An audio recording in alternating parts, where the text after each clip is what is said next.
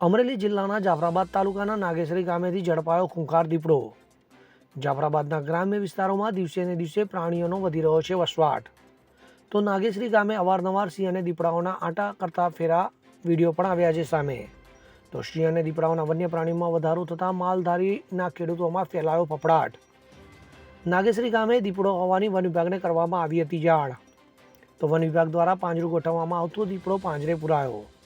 દીપડો પાંજરે પુરાતા ખેડૂતોએ હાશકારો અનુભવ્યો। હવે જુઓ દેશ દુનિયાની તમામ ખબરો તમારી આંગળીના ટેરવે। ઉઠાવો મોબાઈલ અને ગૂગલ પ્લે સ્ટોર પરથી ડાઉનલોડ કરો અમારી CN24 ન્યૂઝ મોબાઈલ એપ।